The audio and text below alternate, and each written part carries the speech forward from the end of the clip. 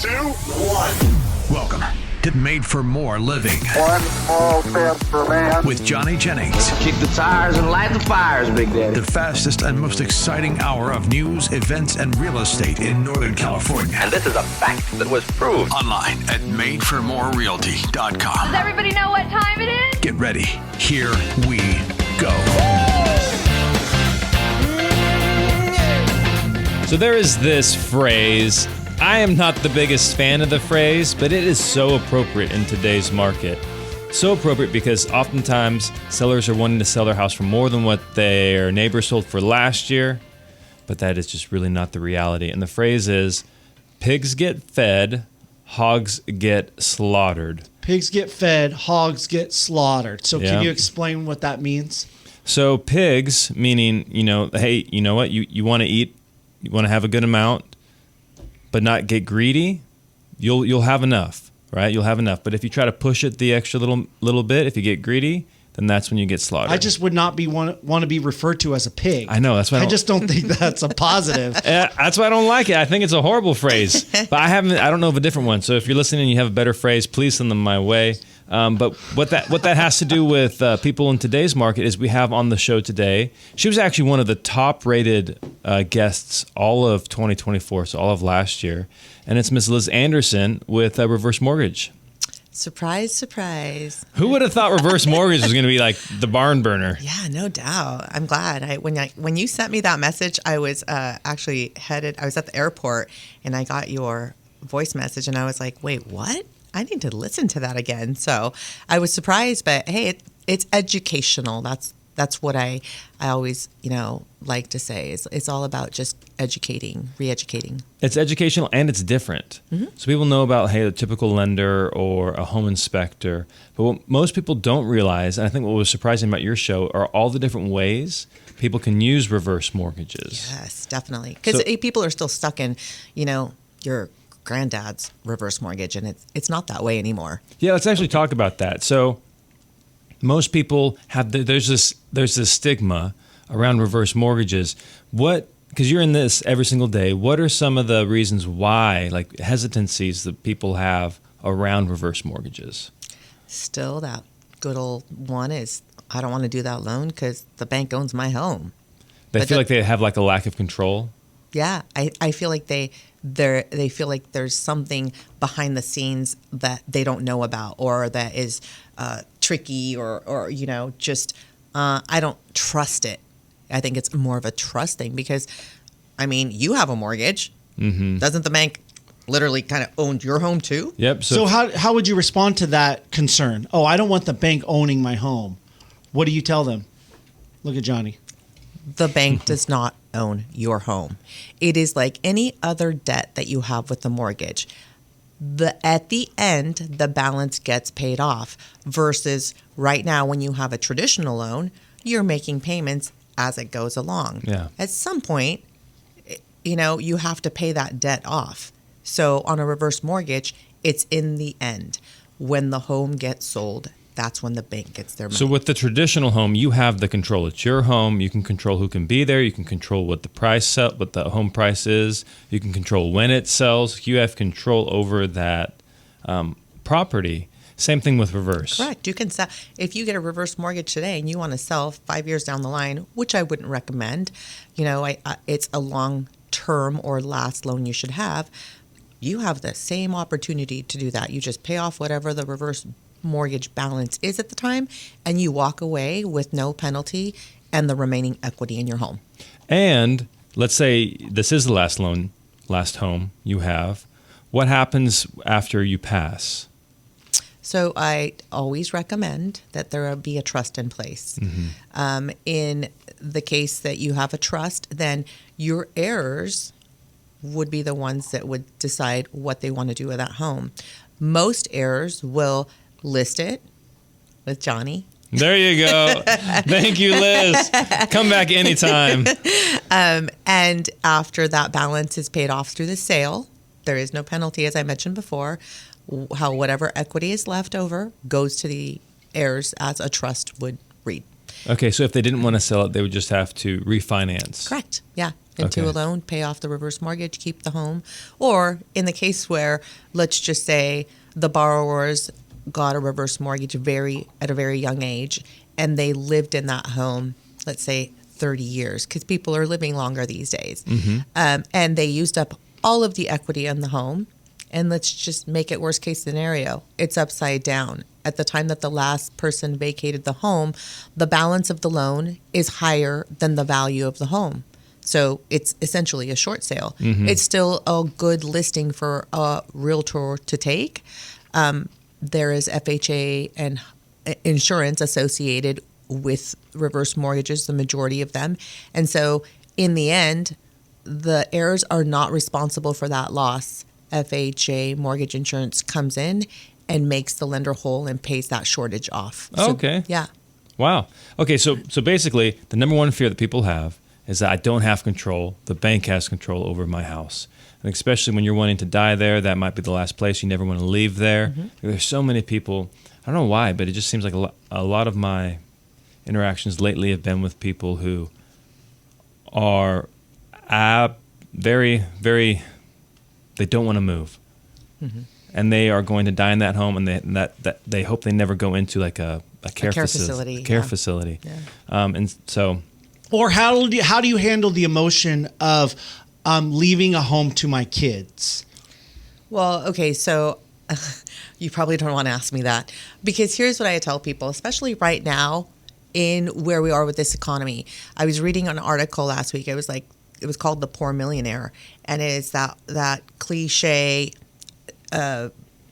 house. it's like house rich, cash poor, and people are eating top ramen every day because their home is free and clear, and they want to leave that home to their heirs. What kind of quality of life are you living if you're not using your biggest asset to leverage life in this economy and everything that has gone up? And Social Security doesn't go up Right. Exactly. every year. So you can pass on generational wealth through a reverse mortgage. If you want to do a reverse mortgage and you own your home free and clear, and you know what? I'm going to get $300,000 out of this reverse mortgage. I'm going to give, two of my kids $50,000 now. That is their inheritance, and I'm going to live off of the rest. That's interesting. I mean, we've seen people do that. People Yeah. will do that and be like, you know what? I need to get rid of my payment. I'm going to pass down your inheritance now while I'm still alive. I could see you enjoy it. I could Yeah, see you buy exactly. a house. I Love could that. see you do all these things, and I could live a comfortable life. Yeah. Like that. And once it's all said and done, the kids still have it say in the property, and the parents don't have a payment typically on that. What do you mean Yeah. by that? Okay. Explain that. Okay, so they don't have a principal and interest payment, because the goal with the reverse mortgage is that to not have a principal and interest payment moving forward.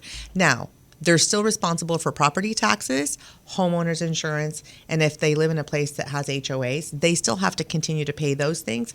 But the whole goal of having a reverse mortgage is zero principal and interest payment. So oftentimes people want to pay off their property because they don't want to have a monthly payment in retirement. And so now let's say you're 70, 80 years old, and life has taken a different direction, and you need some money. You can go out and get a reverse mortgage, and there's ways you can either get monthly payments, right, or a lump sum. Correct. Or can you do both? Or? So actually, depending on the program that you choose, the way that the funds are dispersed is either monthly payment, you can get a line of credit, or a lump sum, or a combination of all three things within one of the program options. Now, there's another program option that only offers you a lump sum. So there are different programs, different ways, and different payment disbursements that you can choose from.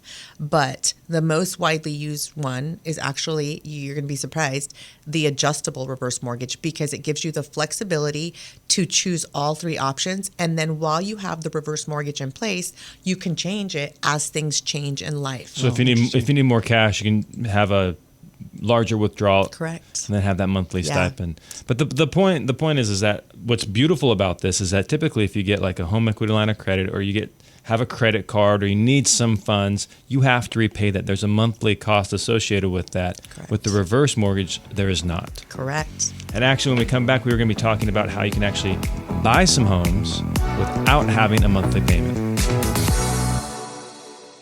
So there's a lot of great summer movies out in the theaters, and my kids want to see pretty much every single one of them, but I am a conservative. I am a fiscally conservative, I would say frugal person. So you know what I do? Before we go out into the theaters, I go to Rotten Tomatoes and I check the reviews. I want to make sure that if I'm going to spend all this money on a movie, that it's going to be something I'm going to enjoy. So I check the reviews. And that's what we recommend you do when it comes to hiring or someone to help you sell your home or purchase a home. Go check the reviews. For instance, our friend Johnny Jennings with Made for More Realty, he has over 1,000 5-star Google reviews, more than anyone else in our area. So if you're curious about who you're going to trust, do the research, do your investigation, go find out, go read some of these reviews about Johnny Jennings and the amazing job that he and his team do in selling your home with Made for More Realty. In fact, listen to this. They have this program where they're going to offer you at least three cash offers on your home in as-is condition. No showings, no staging, no costly home repairs. 3 cash offers on your home in as-is condition. Just Google Johnny Jennings with Made for More Realty and get more for your home. This is Made for More Living with Johnny Jennings. Online at madeformorerealty.com. Buying a house, man. There are so many people who want to buy a house, the first-time home buyers, and they're all excited. And then they get that home, and they're like, oh my gosh, what did I just do? I now have to pay this payment next month and the month after that and the month after that for years and years and years. But when you buy a house using a reverse for purchase, it's different, right, Liz? Correct. So walk us through, what does that look like if you were to buy a house with a reverse? So I'm going to try to make it as simple as possible because people, I bring it up all the time and people are like, wait, you can buy a house using a reverse mortgage? Absolutely. So it came into play 16 years ago. It took an act of Congress for that to actually take place. And so I'll make it really simple. Let's say you have a borrower, a client who's looking to purchase a house. The loan amount is based off of the age of the youngest person who's going to live in that home, the current interest rate, and the purchase price. You plug it in and it's going to say, Mr. Joe, your loan amount for this house of $500,000 is we're going to give you $200,000. Okay, that's a loan amount that the bank, that's what their starting balance is going to be. You have to come in with the difference, the $300,000. Mm-hmm. And then you live in this home with no principal and interest payments. So for example, let's say that somebody's selling their house. Mm-hmm. They are going to make, using your example, Mm-hmm. let's say around $300,000, Mm-hmm. and they're going to buy that same $500,000 property, Mm-hmm. right? So Yeah. they're downsizing. Yeah. So now they can go in, Put in that $300,000 down. and then the reverse will cover the difference. And so either you'll have $50,000 left over, or the reverse will just be smaller. Correct. So Reverse I have balance. an example. Let's I hear have it. a live one right Let's here. do it, yeah. It's perfect. So I had a realtor call me a couple weeks ago, and he says, hey, I have a client. He has listed his house. It's selling. And he is approximately 65 years old, I believe. He is going to net $430,000 from his home that we're selling. Very common. Mm-hmm. Yeah. And so he goes, and he already has his eye on the next house. And the purchase price on that house is $460,000. And he goes, he is short, obviously, by $30,000 because he wants to buy it cash and have no payment. Which is the goal. Everybody wants no payment. Yeah, right? And he goes, so he's going to go into his asset portfolio with his advisor, and he's going to pull $30,000 out. And then once he buys it, Actually, probably pull more than 30, depending on penalties, taxes. Exactly. So he says, and then once he buys it, then I want you to go in there and do a reverse mortgage so he can take out the $30,000 that he borrowed from his assets, and then he gets his money back. Yep. And I'm all, whoa, wait a minute, hold up. Why wouldn't you just do a reverse for purchase for him to buy the house instead of doing 2 separate transactions? So he goes, wait a minute, talk to me about that. So I said, here's what you need to know. Using the reverse for purchase, Instead of him touching money from any investments, which would trigger a taxable event, Sure.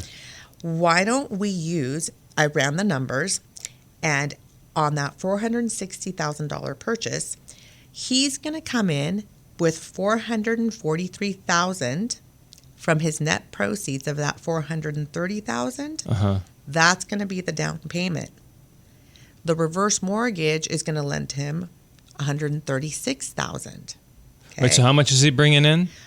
343. 343. That makes more sense. Sorry, okay. 343, and that includes the fees associated with the loan. So he's coming in with, what is that, $87,000 less? He's gonna have $87,000 to put away, left over from the net proceeds. So I'll see you're repaying the $30,000 and I'll raise it to yes, 87. Absolutely. Yeah. Who doesn't want an extra $57,000 to put back into wherever they want for a better return on investment? Have it as a nest egg as an emergency fund, whatever. But he's like, oh. So what are the taxes though on that reverse money?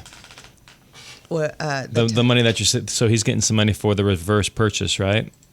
Oh no, it's saving him. It's saving him the $87,000. Yeah, it's saving him the $87,000. So he doesn't. So one, he's not even having to pull the $30,000 plus taxes out. He's saving on taxes. He can put it wherever he wants. Yeah. And he's got $87,000 left over from the net proceeds that he can put away for a rainy day. I love that. And you can do that. What's great about this is, and you've shared this on the last time you're on the show, you can actually do this with investment properties. So you can buy an investment property with a reverse. It doesn't necessarily have to be owner occupied, correct? So if you're going, the reverse mortgage has to be done on the owner occupied home. So let's say you own it free and clear. Okay. Right?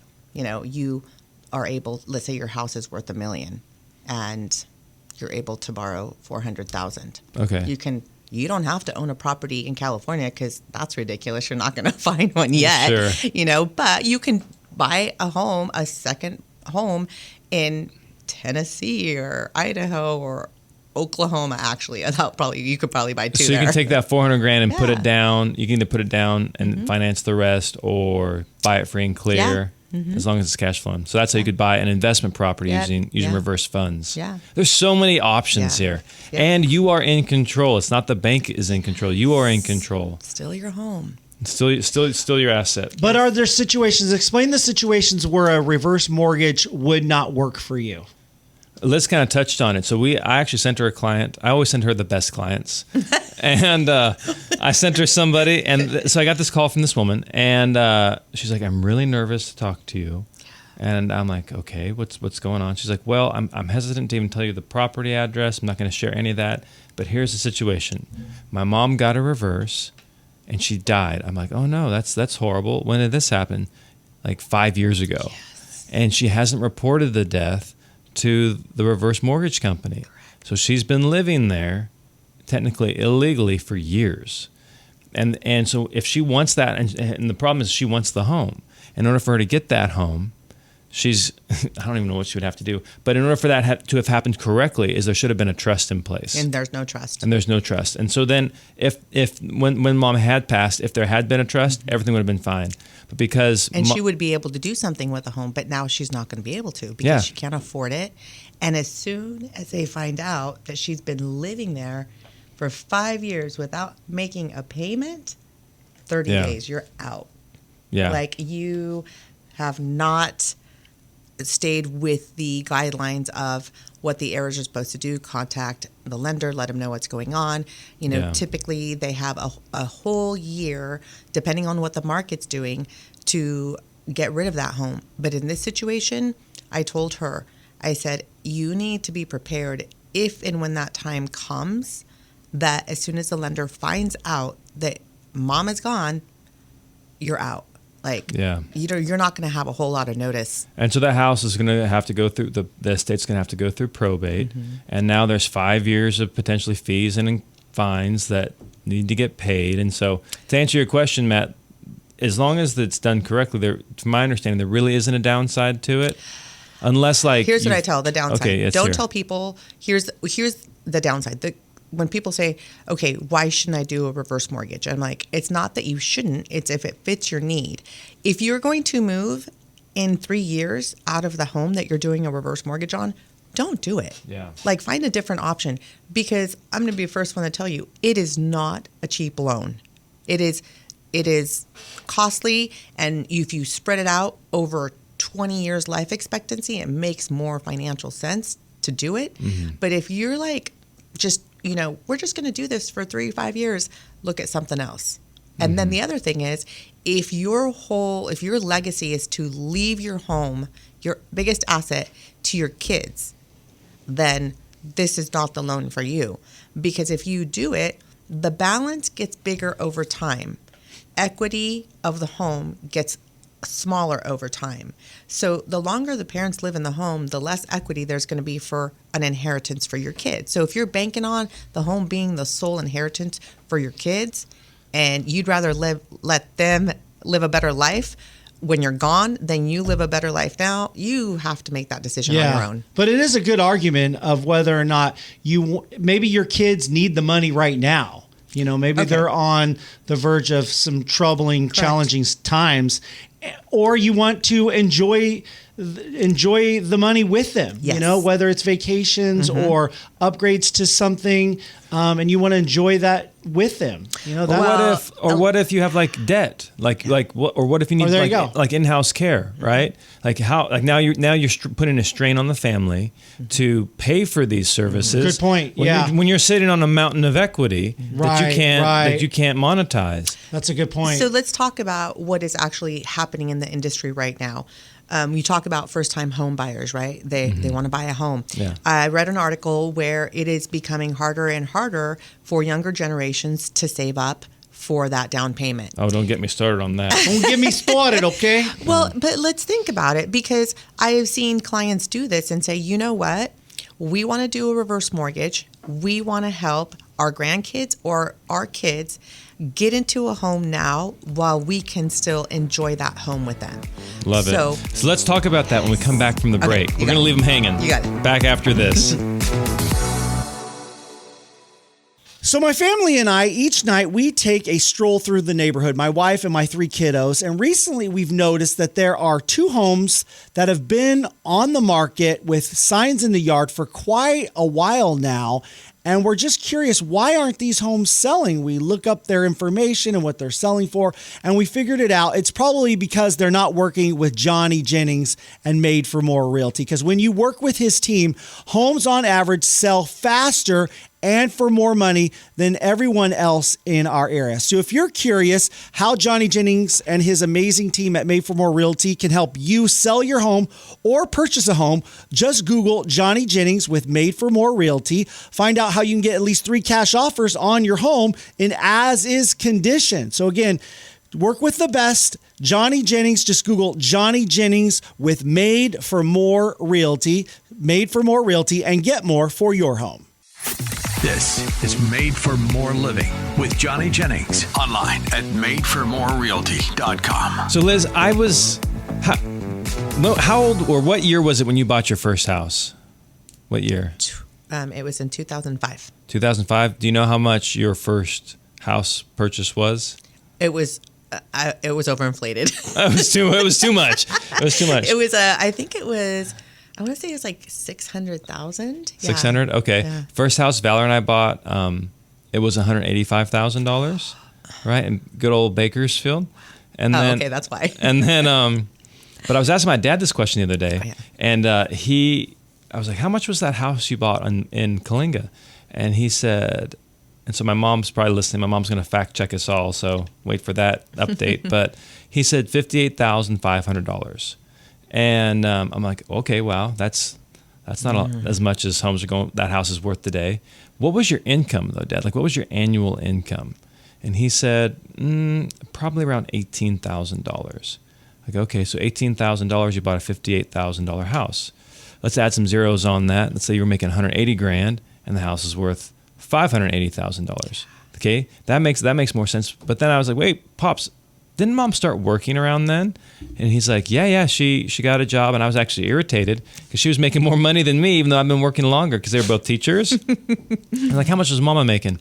And he said, about $19,000.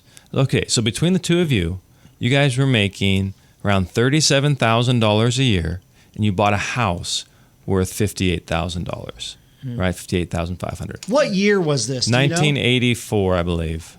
And so, again, my mom will fact check us all on this, but if you add some zeros, just to put it in context, for sure. $580,000 house with a household income of $370,000. I don't know very many people with that type of an income buying a $580,000 house in Roseville.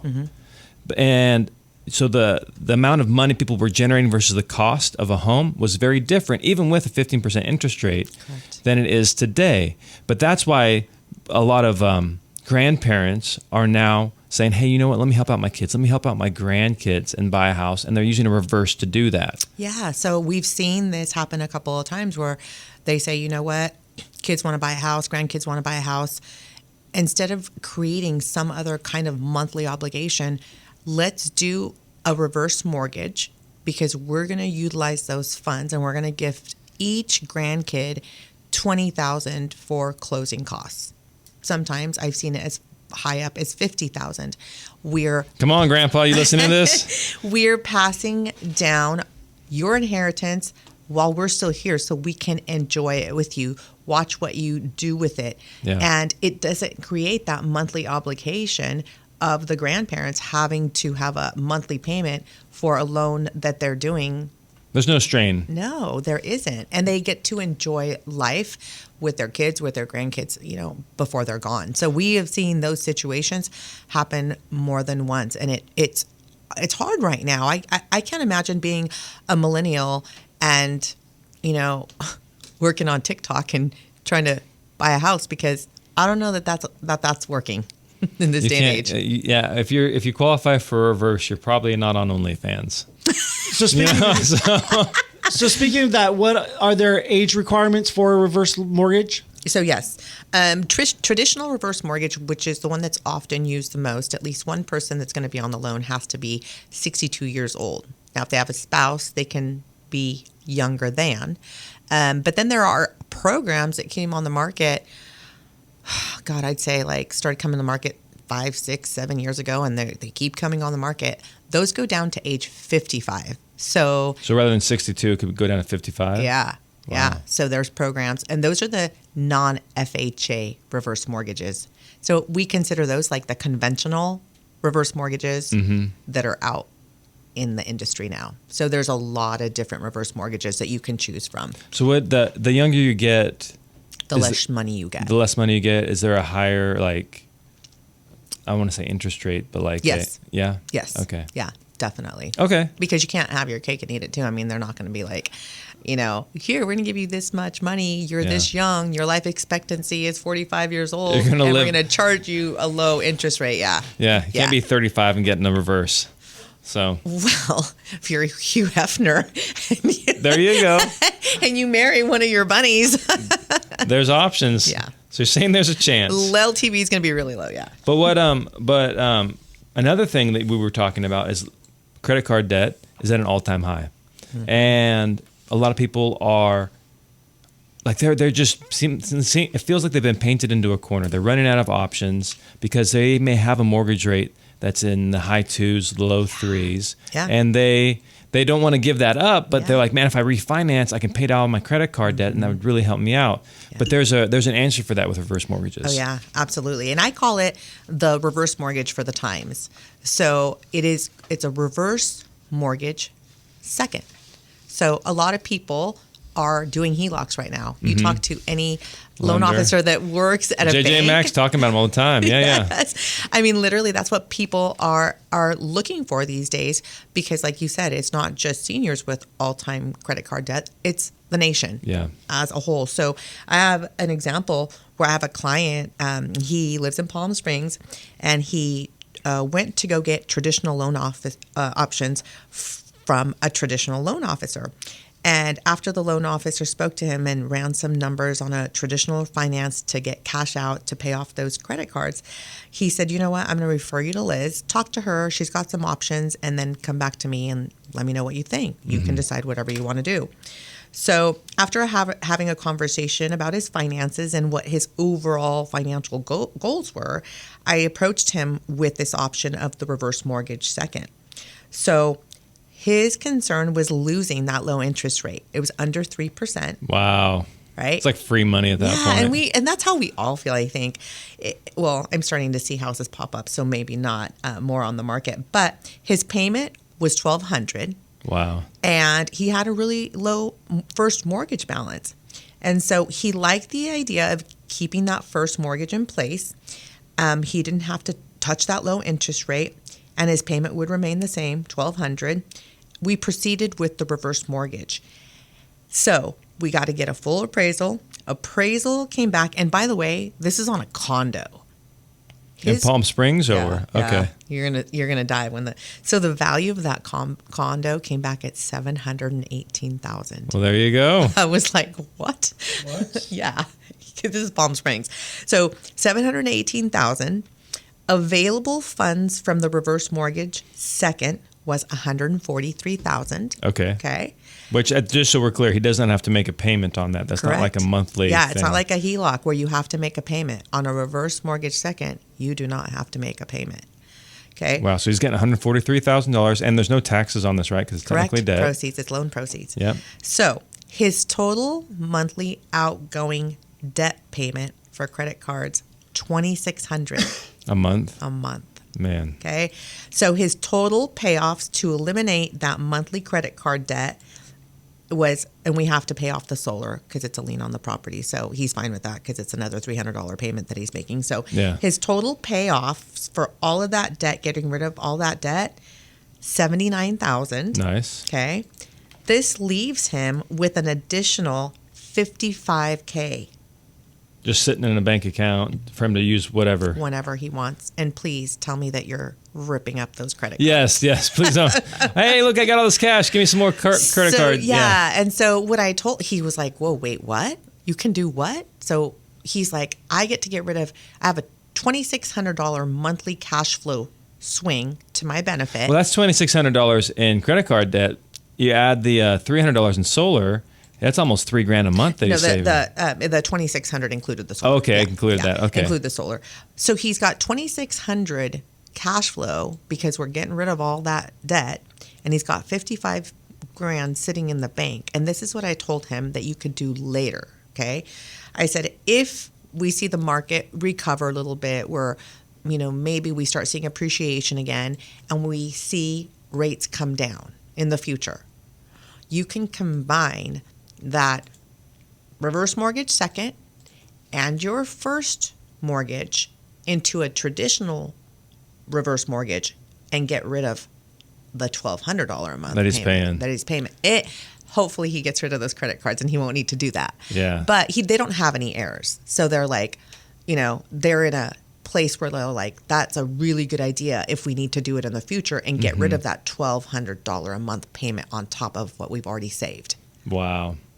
And so I mean, just in year one, if it's $2,600, he's saving, what is that, nearly $30,000 just year one, just in credit card payments. Yes. Wow.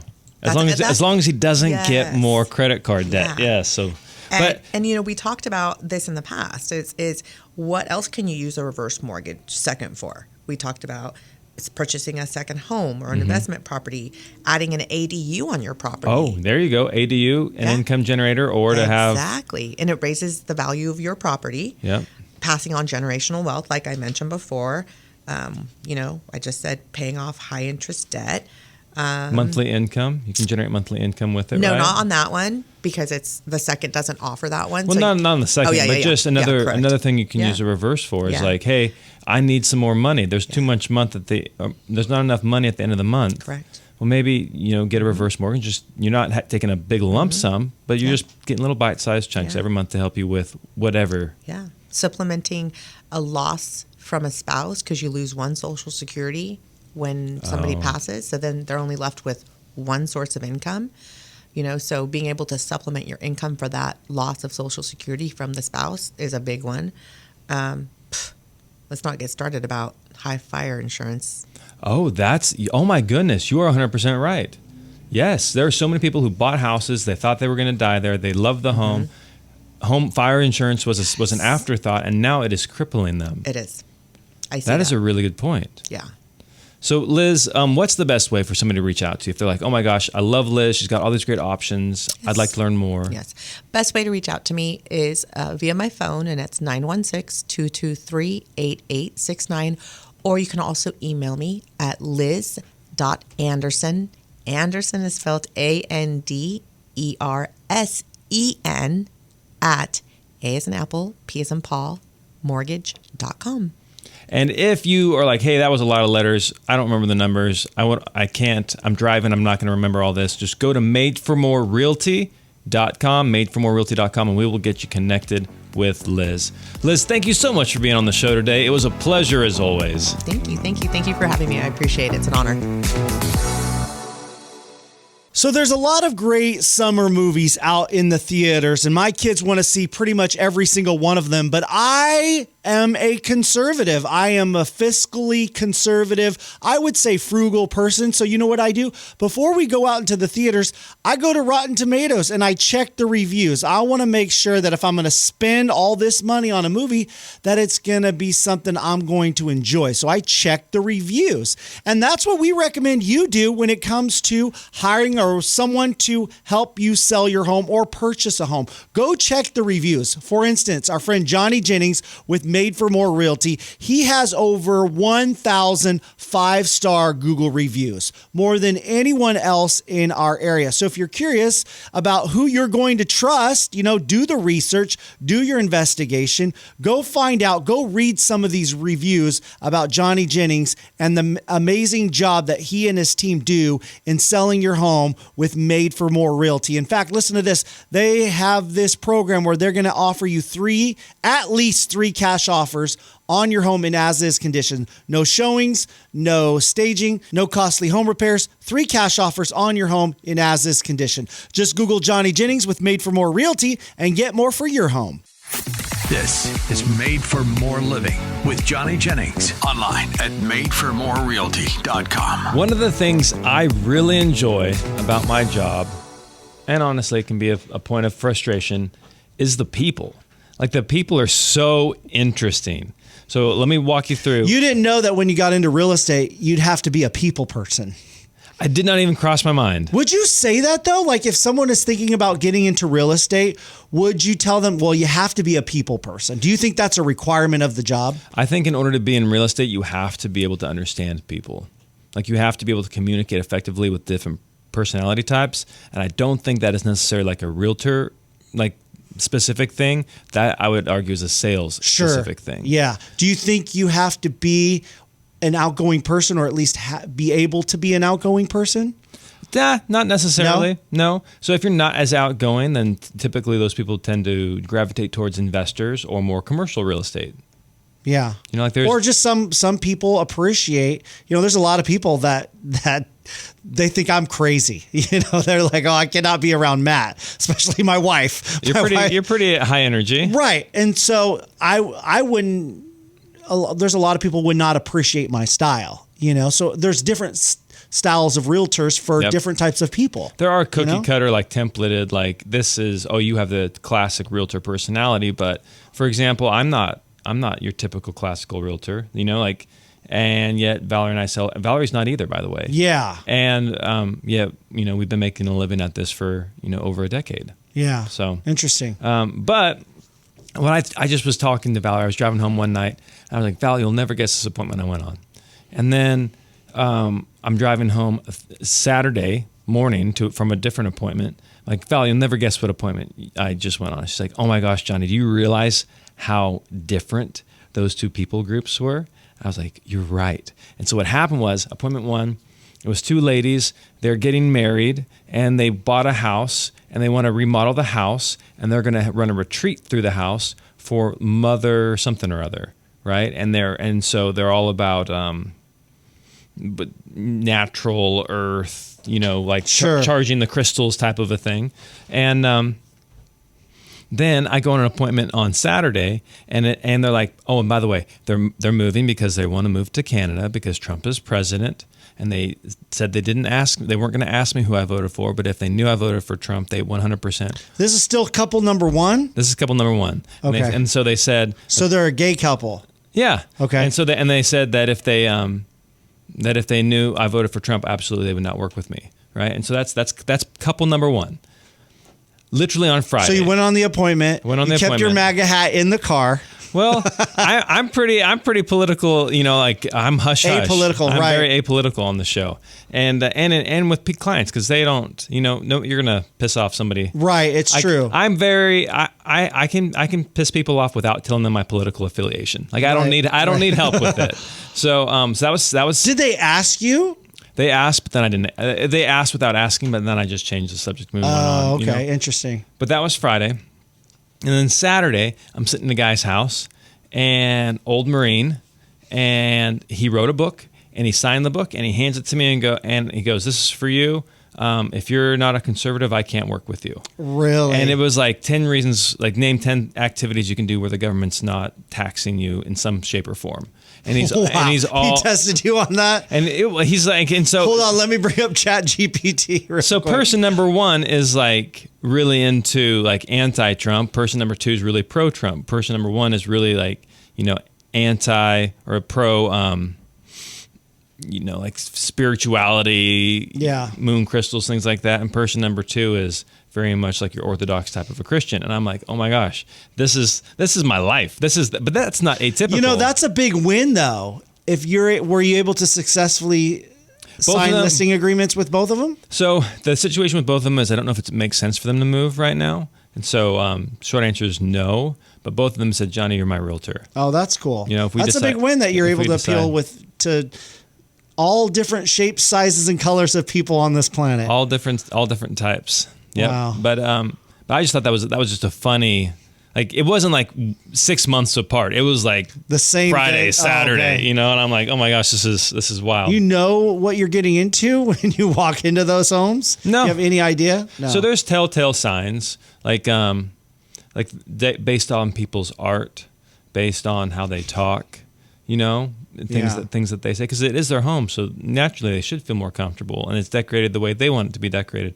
And so over the years, there's certain things I'm like, oh. So there were certain things in both those houses where I was like, I kind of know where you stand on this, so I'm not going to make those jokes. Yeah, I think when you're in sales, whether you agree or disagree, or you think the person across from the table for you is a nut job and crazy, you have to have some level of empathy and try to find ways that you agree with the person, or at least find some commonalities where you can understand them a little bit more. You don't have to agree, but you have to understand. Yeah. Look at it through their perspective. And so one of the biggest things, like if somebody's looking to get into real estate or even just sales in general, one of the things that has helped me out more times than I can count is I just agree with them. Absolutely. I agree with you. I'm with you. Totally get it. Regardless of, hey, and then apologizing. I apologize. It's my fault. And yes, be quick to apologize. For sure. So just whether you're that works in marriage too. Whether you're wrong or not, just agreeing with them, and it just diffuses the situation. Because as soon as you start fighting back, they dig in their heels, and it just escalates. I go with I hear you. Yeah, I see what you're saying. Instead of saying I agree, I don't say I agree. None of those things. Oh, that's just what you said. I'm with you. Oh, okay. I'm with you. I thought you said I agree. Yeah, I'm with you. I hear you. I hear what you're saying. Yeah. Got it. Yeah. That makes sense. That makes sense. That's a good one. And again, it's not trying to be salesy or disingenuous. It's just there's no value in me picking a fight right now. Correct. Right. You're not going to hear anything I say until we establish some form of an agreement, and then we can move forward with a more productive conversation. Right. Yeah. So that's good strategy. I appreciate that. But I hear what you're saying, Johnny. You hear what I'm saying? You get it? You with me? Makes sense to me. Yep. There we go. Great. Now we're going to be doing this to each other for the rest of the show's life. But speaking of nothing, actually, just great properties.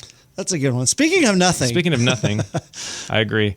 3862 Mission Ave in Carmichael. This is 3862 Mission Avenue in Carmichael. So everybody loves Carmichael. Where's Mission Avenue in Carmichael? Is that off of Watt Avenue? Here, let me pull it up. I'm just trying to picture the area because I know Carmichael. I used to live in Carmichael off of El Camino Avenue. I love Carmichael. So this is. Did you know like 95608 is one of the top zip codes in our area? Did you know that? Top in terms of just those homes I forget what the statistic is because it's been a long time since I lived in Carmichael, but Vladi Divac's lived in Carmichael. You've got a lot of Joyce Rayleigh's, one of the founders of Rayleigh's, lived in Carmichael. A lot of people like that area, especially along the river. There's a lot of great neighborhoods in Carmichael. I loved living in Carmichael. It's kind of off Auburn Boulevard and Walnut. Walnut. Okay, sure. Yeah, okay. Okay, so, Mission Avenue. Sure, I know where you're talking about now. Mission Avenue, great neighborhood, corner lot, and this house has two-car garages. So there's one that's attached to the building. So garage. 4-car garage total. So there's one that's attached to the home, and there's a detached 2-car garage. It could be a shop, man cave, turn it into ADU. It has a pool, has an expansive covered patio. The only thing that the house doesn't have is it just really hasn't been updated over the years. So it's considered like a blank slate, but the bones of the house, the things that you cannot change, they're already there. So how many square feet and how many bedrooms and baths? Yeah, so 4 bedrooms, 3 baths. 4 bedrooms, 3 baths. Okay. Yeah, 1970 square feet, so just shy of 2,000 square feet. 1970, and it's a 4-bedroom. And it's on a 1/4-acre lot. Like, it's a big lot. Yeah, sure. But yeah, that one's listed right now for $649,500, so $650,000. It's on Mission Avenue. So what year was it built? Oh, because you say it hasn't been upgraded. Would you say it hasn't been upgraded since its construction? Yeah, I would not say. I mean, there's been updates, but like the kitchen and everything is pretty similar to what it looked like when it was constructed. And I'm looking at the year built, 1960. So you're talking about 1960s kitchen? Mm-hmm. Oh, okay. Yeah. So it will need some upgrades. It's got that then. tile. It's got the wood, the 60s type wood cabinets. Right. But other than that, it's got good bones and no major repairs, would you say? No. And the house right next to it sold for $725,000. Oh, wow. Yeah. Right. And so I'm telling you again, $650,000. Carmichael is a great zip code. It's a great area. I love Carmichael. And if you buy this house, you put in some flooring, put in some cabinets, do the kitchen and bathroom. Let's say you spend $50,000 on it all, maybe $60,000. You're still money ahead, and you have the 2-car garage, which the other property did not have, and you got this beautiful covered patio. Like Anyways, I think the right buyer is going to come along and scoop this one up. Yeah, and it's got a pool. Beautiful pool, and a spa, and it's a built-in spa. It's just stunning. But here's one. This is a unique home. So every now and then I walk into a home, I'm like, that's different. Is unique a friendly way to put it? I'm definitely not being mean. I'm like, okay. There's so much potential. So to this home tell us about it. Because I'm like, this doesn't make any sense. Let me just tell you this: 3 bedrooms. First, where is it? It's in Citrus Heights. Where in Citrus Heights? 6604 Chalice Court in Citrus Heights. Chalice Court. Okay. Yeah, you like driving up to it, you're going to be like, what the heck? What is this $1 million property doing? This does not. It's a $1 million home in Citrus Heights. Yes. Well, yeah, that's the other thing too. And you're like, this does not make sense. But it backs up to this green belt. It is stunning. There's other big homes in this like little semi-gated community. Like again, very, very unique situation. But guess how so it's 3 bedrooms, 3 bathrooms. Guess how many square feet it has? 2,100 square feet. Sounds about right, right? 3,713. This is almost a 4,000 square foot home. And it's 3 bedrooms and 3 baths. And there definitely had to be additions to it. No, it was how it was constructed. And so what happened? So the people that lived there originally, the owner, she had a dance studio, and the dance studio was built upstairs over the garage, and it's huge. It's like a banquet hall, and there's wood floors, and there are like sinks, and you could easily fit 100 people upstairs. It's huge. And what they use it for, and so what the owner wants to use it for is, he originally intended, hey, let me make some more additional bedrooms up there, throw another bathroom up there, and then he'd still have like a large game room. So he could easily turn this into like a 6-7 bedroom house. Oh, wow. Right? And have like tons of space. And the garage is super cool underneath because it's like a 3-ish car garage, but you can pull through one of the bays into another area. And so interesting. Like wow. Interesting property. Very unique. Does it have a pool or no pool? No pool, but it is so quiet out there, and it is so pretty, like so many, like just lined with oak trees. Sure. I'm looking at it now. I know where that's at, right near the Greenbelt. Yeah. It is like, it's a rare find. Like this, I'm trying to look at the the square footage of the room. So the room is like It's near San Juan and Greenback. It's near San Juan and Greenback. The room is like that ballroom is almost 37 So what do you do with a room like by that? 33 square feet. So I purchased this home. What am I supposed to do with that room like that? You could A game room, a theater. You could build additional bedrooms, throw in another bathroom up there because it's already plumbed, Oh, really? right? Yeah. Okay. And so you could easily throw 3 bedrooms up there, no issue whatsoever. Oh my goodness. You know? That's what's the address again? It is 6604 Chalice Court in Citrus Heights. That's quite a unique property. Yeah, so if somebody was looking to maybe want to pad split this thing, they might be able to pad split it, like in terms of like increasing the bedroom and bathroom count and renting it out. You could have a dance studio. You could have an event center. You could do weddings on this property, turn it into a wedding Sure. venue. Like there's tons of parking. Oh, it's got great curb appeal. The fountain in the front, lots, and it's more than just the there's like a drive. There's what do you call that? Like a driveway. It's like a circle. yeah. That's nice. Yeah. And then the last property, again, I don't want to talk too much about the properties, but this one, I'm surprised it has not flown off the market. Like it has 117 saves on Zillow, like just a lot of interest, probably thousands of views across Zillow and Homes.com. It's been on the market about 30 days.